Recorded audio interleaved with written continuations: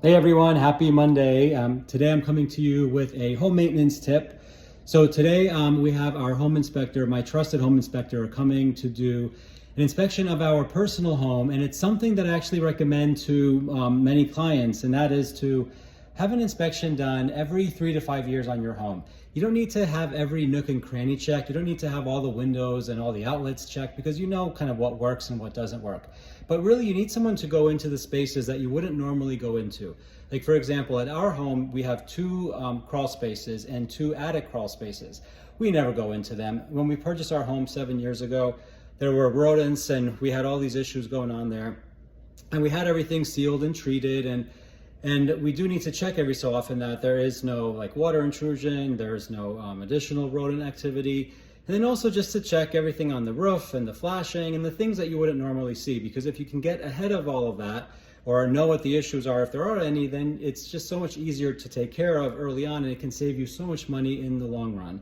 And you don't need to have a full written report. It's really just a verbal inspection of the major systems, and it really helps with home maintenance, and it's not expensive to do and just a good habit to get into and do every 3 to 5 years. Some homes require more maintenance and are kind of more just maintenance heavy. And so again, get someone out there to take a look at the things that you wouldn't normally see, because there are always nooks and crannies of the home that we have no idea about. Anyway, I'll be back on and share results in a little bit. Grateful to Devin Lehmann of Pillar to Post for all of his work. So inspection completed, and so glad that we did it, because yes, there were a few things that were found, some items that we definitely need to address in the crawl space. Thankfully no rodents, but we did find an area where there's some water coming in. So during the next heavy rain, I'm going to come down there and verify where that's happening. There's a little crack in one of the clay liners of the chimney, some kind of dry rotten areas outside, a few siding pieces that need to be replaced.